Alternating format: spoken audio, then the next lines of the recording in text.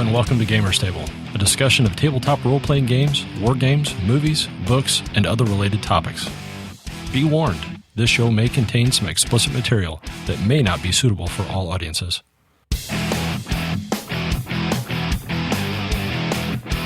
Hello, welcome to Gamers Table. My name is Eric. This is Mike. This is Dan. This is Mark. And I am Sean. This episode, we're going to talk about critical hits and fumbles. Fumbled out of the chair. Yeah.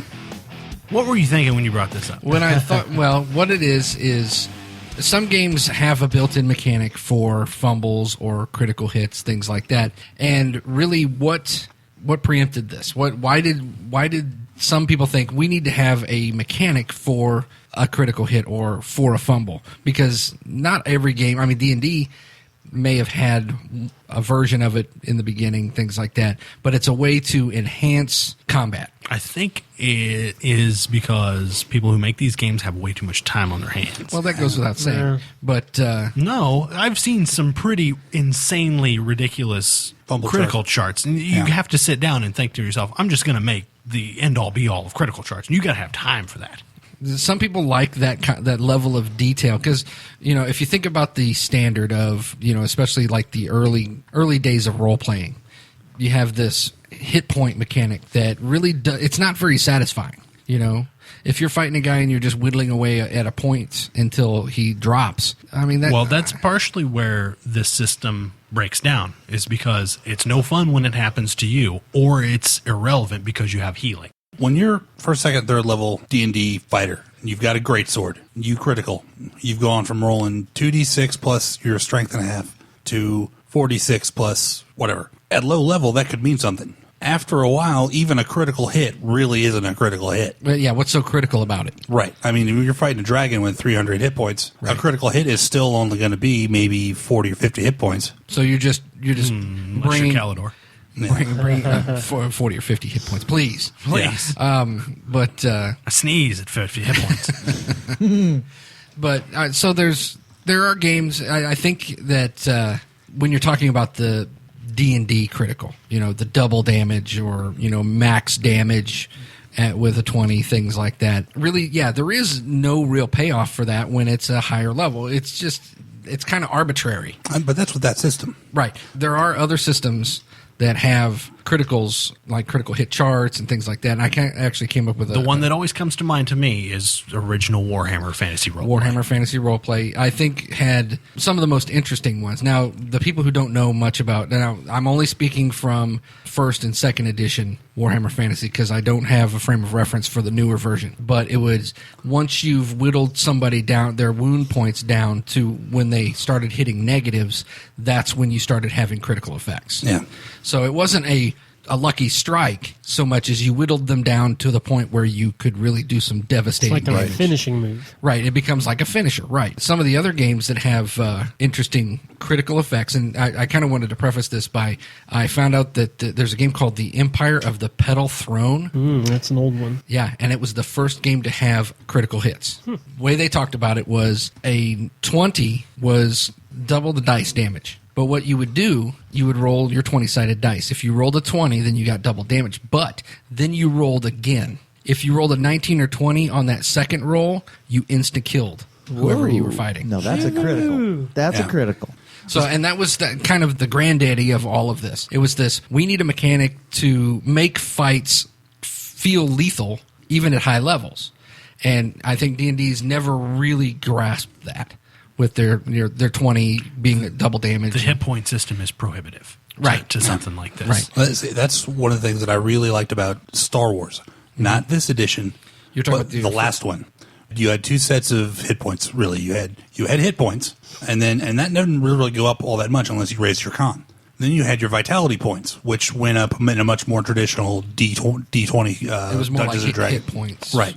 In the traditional sense. So if you are in a combat exchange in that particular system, most of your hits are going to come off of vitality points.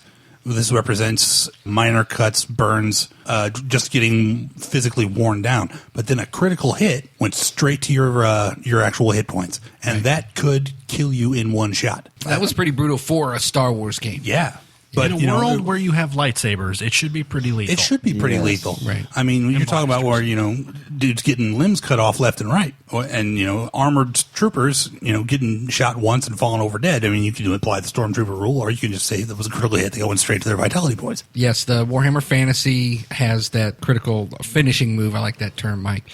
Dark Heresy, Rogue Trader, Deathwatch, essentially the same thing. Yeah. Right, because it works on a wounds system. Right. And then once you get your wounds down to a certain point, and anytime you go negative, then you look on the chart for the severity of it. Or you roll on the chart for the severity of it or whatever. Okay, so I know it's fun to read through them, and it's fun to roll them. Are they necessary, though?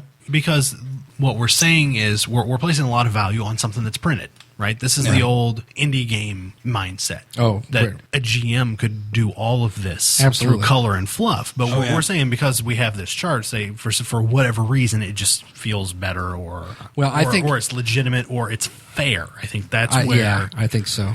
that is the important part. Consistent. Yeah. Yeah. Going the other direction, I'm running Dresden Files. There isn't a critical hit in Dresden per se, but you can do more damage to somebody than they have physical boxes. You can buy those off with a consequence. A consequence is kind of like a critical hit. It's a self-imposed critical hit. It's a self-imposed critical hit. Is there a healing? Because I have no frame of reference. Is there a healing mechanic in Dresden? Yeah, it's a fate system is what they use. Okay. Yeah. Basically, Jay's character is a medical examiner, so he's got a medical doctorate. He can help you with physical consequences. There is also a little bit of magical healing going on, but not a lot. Yeah, and healing actually heals the consequences because at the end Right. of a scene or whatever, Yeah, all your boxes come back, right? Right.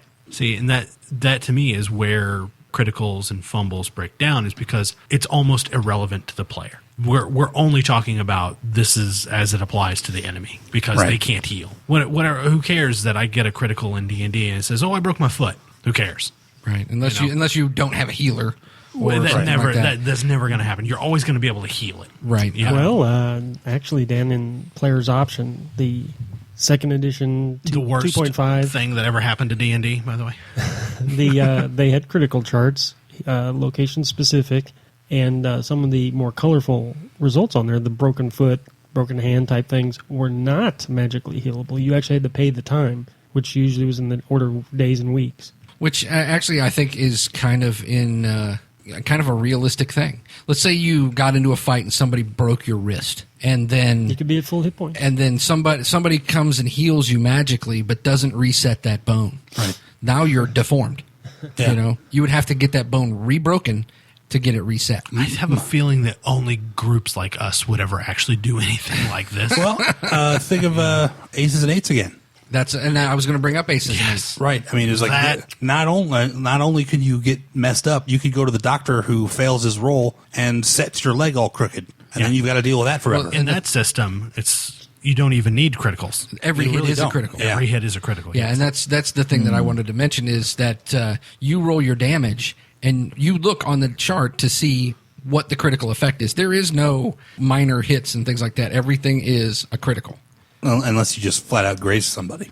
We'll graze them for like 1 point, yeah. Right. But yeah, I mean, you're looking at a Peacemaker 45 that only does D4 damage.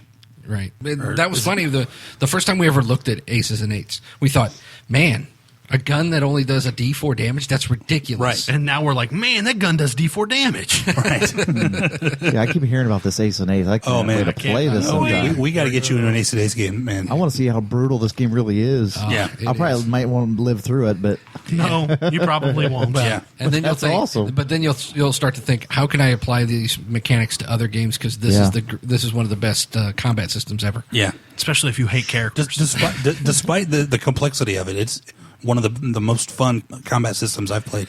I wanted to mention a couple other systems that utilize this mechanic. Call of Cthulhu has a criticals. It's not that dynamic. It's not really That that. seems completely unnecessary.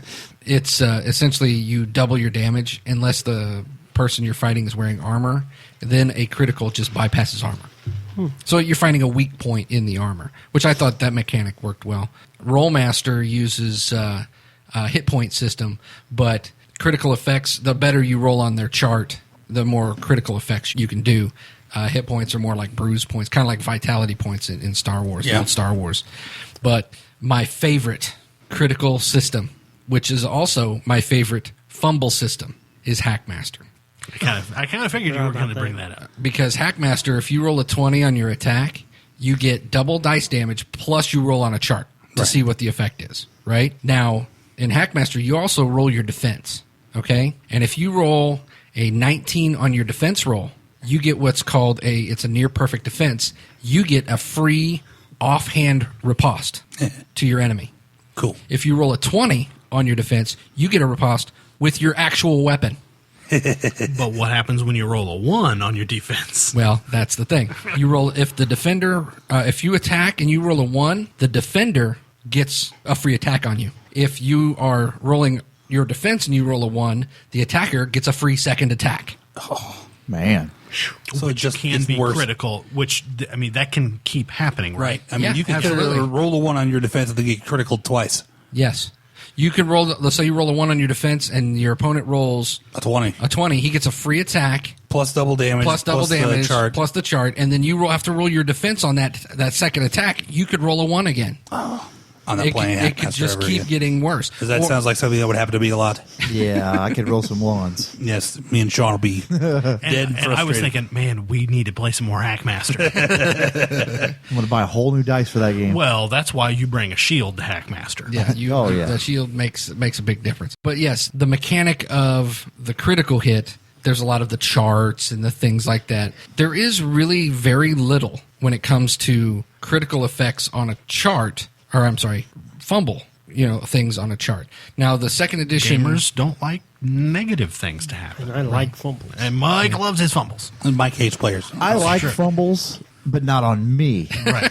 I love it when somebody fumbles. I, was thinking, love it. It's I love hilarious. it when Sean shoots himself in the leg. Yeah, I mean, granted, I do it a lot, but when somebody else does it, I just want to fall out of my chair. Well, It's so fumbles funny. are the legacy of Henry Morgan yeah, in oh, R&D yeah, Princeton. yeah. He's the fumble master. And sometimes I think that, as cool as criticals are, I think sometimes in the case of Sean's character, Henry Morgan, it almost defines the character. But that's because we're dicks. Yeah. We won't let it not We define love him. we love to watch other people fail. That is true. But- You know. And this just goes back to, that's playground rules, Somebody gets smoked in the head with the tether ball, falls over and cracks their noggin open on the cement. That's still funny. Sometimes a fumble chart's the only thing keeping a high level character honest. Yeah. Well, Yeah. If you let's say you're playing a high level barbarian with 5 attacks around, and you roll all ones. That would never happen. Sure. That would- Yeah, yeah. Of course, it never happened. But which is exactly why it would happen. No, that's why it did happen. It happened to Jason. All on one roll, 5 ones, and that character should have died. You roll that many ones on one roll, that character should have died. Or lost a limb or something, yeah. Here's my thing with the critical hits and the fumbles. If you're a high level character, there should be some kind of sliding scale, because if you've got lots of experience fighting with a sword and you're fighting with a sword and you roll a 1 every once in a while, okay, mistakes happen, but the consequences should be reduced because you've trained really hard and you've got all this experience. Well, And the critical hit should happen more often. but think of it in real life terms. I'm trying to think of it in real life terms. a gunfighter, in the Old West. A mistake is a mistake. Rolls a 1. He's taking his opponent lightly, so he doesn't do what he should be doing. Rolls a 1. You're saying that it's all about skill. We're also talking about maybe it's mishap. Right. You can Step on a banana peel. You can be a gunsmith and your gun can jam. Right. And it can blow up in your Yeah. face. Right.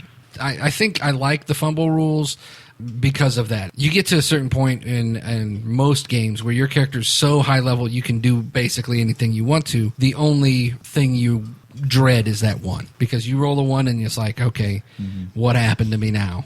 Plus, you got to mention the higher level you get in your character, the stronger your weapons are. So that weapon's going to do more damage in your critical failures. So That's why I was always partial to the you rolled a 1, roll again to hit and see if you hit your friend, that kind of thing, because that kind of stuff happens. magic missile. Ooh, I missed. Yeah, you don't. Well, if you don't miss miss on a a bad if you miss on a magic missile, you really suck. If you miss on a magic missile, you were just aiming for that other guy. That's right. And you just hope the other guy doesn't know anything about magic Have a missile. wizard be like, I'm sorry, I missed.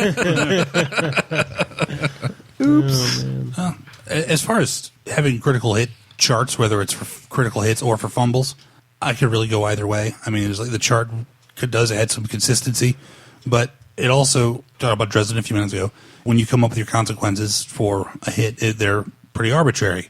It lets you use your imagination. White Wolf, kind of the same thing. You didn't really have definable critical hits or critical successes or failures, but if you did succeed, you could succeed fantastically, and it was up to the game master to describe it in a more fantastic way. Or if you rolled more ones than successes, that was essentially a critical failure, but yet again, it was up to the game master to describe that failure. But if you got a DM who hates players, he's never going to throw you any props for a critical success. So. Yeah, that's Mike. Mike would never run White Wolf. I'd be running your White Wolf game probably. It also, the integrity of the game master aside, it's just consistency, like what you said, Mike. With a chart, it also takes away the guilt factor. Most game masters are not killer game masters where they don't give a damn whether or not your character lives or dies. Right. But those game masters don't have groups for very long. Right. It takes away the ownership of the decision from the game master. They can say, well, it's the chart. I'm sorry, man. That's what the chart says. The chart says that you just lost your leg. I'm sorry. And you're bleeding out and you're going to die in 4 rounds. It takes away from that almost DM being the adversary part of it. I agree. It is very lazy, for lack of a better term, because the game master could come up with, how cool was this maneuver and how cool was that maneuver. But sometimes when you're running a game, you don't want to stop and think about going through all of the cinematic description of how cool somebody's character just did something. There's an indie game where you describe how cool your we talked about are. that. Right. It was on the indie games episode. It's the Jean Wu style. Yes, it's the Wushu? Wushu, could be. That's pork. Wushu That's pork. Mushu. Wushu pork, and it's delicious. But yeah, where you describe how cool your actions are. Then you're getting into more games like Mark's saying, White Wolf, storytelling games. Right. Yeah. Whereas charts are for maybe more strategical simulation or tactical style games. Right. Now, we're mostly talking about critical hits, with, weapons and things like that. There is critical failures in Warhammer Fantasy Roleplay. Yes, there when it are. comes to magic. Yes. The warp. The perils of the warp. Fantasy Roleplay, also Dark Heresy, and that, there's also the chaos, whenever your psyker screws up or intentionally does things like what would happen with our game. John's character intentionally... Always pushed. He always pushed his ability, so that way there was always the perils of the warp. Yeah. Constantly. And it was it became a point where it was like, you're always going to do something, everybody go away. Yeah. Well, I was going to say, because in that system, a fumble isn't necessarily just on the player character. It could be for the entire party. Well, yeah, and I think magical fumbles should be that way. Yeah, that's wasn't that wild magic? There was wild magic in D&D. And it could have those catastrophic backfires. I think there was stuff in Forgotten Realms about that. There was wild magic, and there was null magic areas and things like that. But yeah, I think that when it comes to fumbles, I think that catastrophic fumble with a spell should be catastrophic to the area of the group or the caster. Yeah, that's why in D&D there's no use magic check for your fireball. Your fireball just works. It just automatically right? works, yeah. right? Whereas before there was always that mischance in AD&D and before, right? A mischance with a spell? Wasn't there a spell failure chance? Oh, you're talking about like for a low intelligence. There was a chance. No, there was a chance you couldn't learn the spell. But, is that what that was? It wasn't a per. See, that sucks. You should always there should be a hit roll. Right. There should always be a degree of failure in everything you do. Otherwise, it's just there is no. It's unsatisfying and boring if everything you do has no consequences. Yeah. Right. Yeah.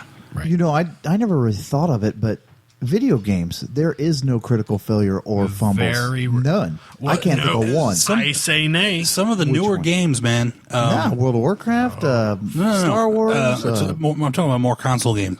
Where specifically some more of the RPG based games, where you could potentially make a decision that leads you down a completely different path. But that's not really a critical failure or a fumble. It might be if in a console game RPG type situation where your character basically is doing all the interacting, you can not put any of your advances into your social skills, which lowers your chance. Where you would basically fail every other roll by, if you're 12th level and on a 24 level game and you've got nothing in your social skills, you could fail almost all of your social interaction.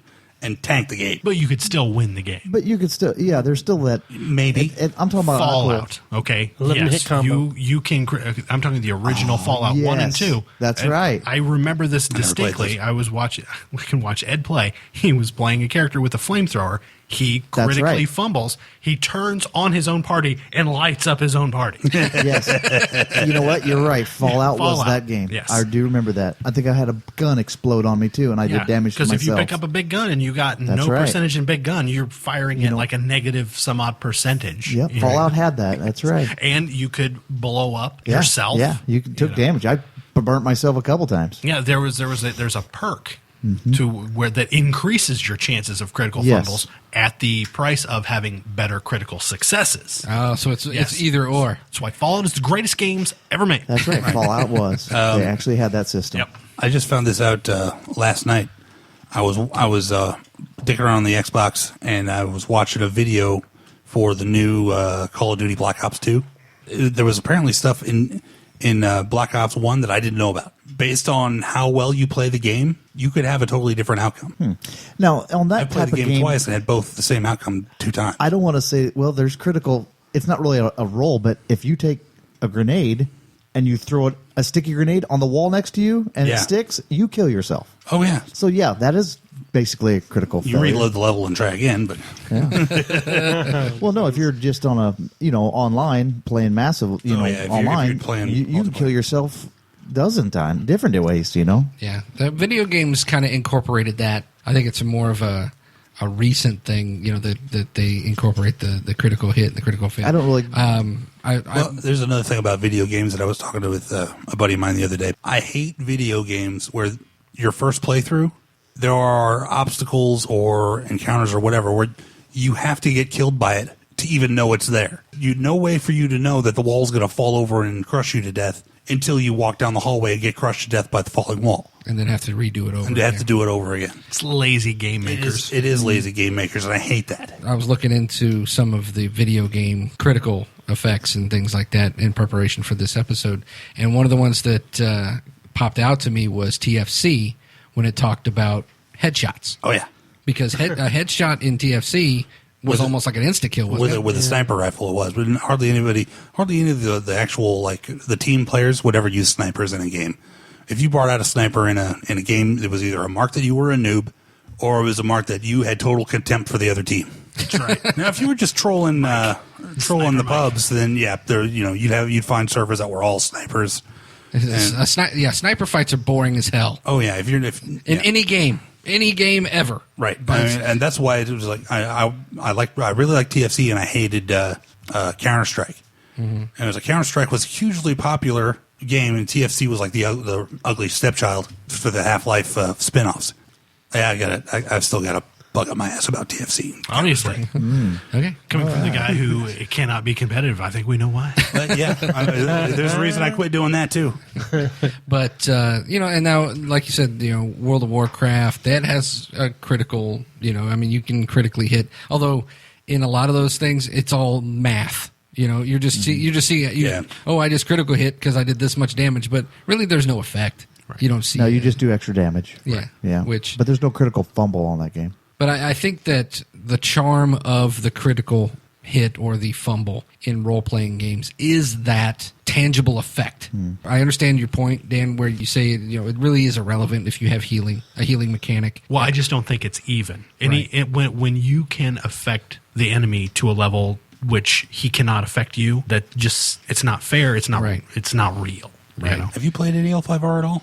Yes. There are. There are exceptions. but the RPG, not your card game. the real card game. Yeah, that's where this comes from. Mark, I hate to break this to you. Even the fiction comes from the card game. Like we talked about aces and eights. There's no real healing mechanic in that. And that's why it works in that game. And that's why, when you get gut shot, you're thinking, oh my God, I'm going to die of peritonitis. Roll up a new character. And that there's actually like rolls in there to determine whether or not you do get a festering wound. Yeah. Oh my God, I can't wait. And then you got it's like Bad. It's Aces and Eights is the funnest Let's go around RPG book stabbing to people. read. Yeah. It's the best book to read. Yeah. As far as RPGs go. Yeah. It really is your preference of what kind of a game do you want to run. Do you want to have these effects that sometimes you do a critical effect on somebody, and now as a game master you've got to wait around till they heal it up, or when that's what they would do, right? And very seldom are you going to play under the clock, right? So then you're like, well, okay, now I've just prolonged this game or this scenario longer because of it. Some people who want the quick game, they don't want to deal with all that stuff.